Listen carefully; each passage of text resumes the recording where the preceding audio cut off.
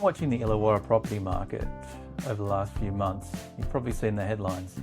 Days on market, clearance rates have eased, more stock. And if you're a buyer, you might be thinking, finally, it's my turn. Before you act on that, I want to show you what the data actually says, because there's a meaningful difference between the headline number and what's happening at street level. So if you're searching in the Illawarra right now, that difference could cost you a good property and it could save you from overpaying on the wrong one. Let's start with the actual numbers. April 2026, days on market across the Wollongong LGA was sitting at 32 days. And that's up from 27 days this time last year. That's SQM Research data. So the clearance rate is tracking at 62 to 65%. That sounds soft until you note that Sydney Metro is sitting around 45 to 48%. The Illawarra is still outperforming and listings are up 11% year on year per domain April figures. So yes, the data is real.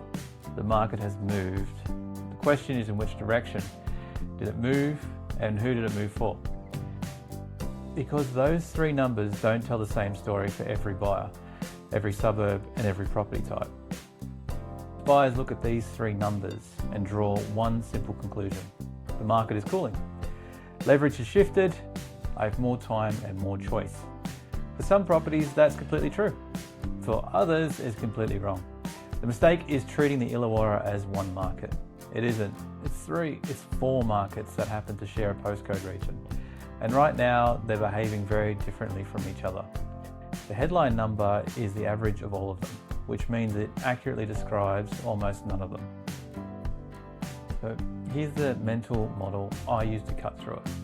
Market 1, the tightly held lifestyle suburbs, Thirroul, Ostermere, Coldale, Scarborough.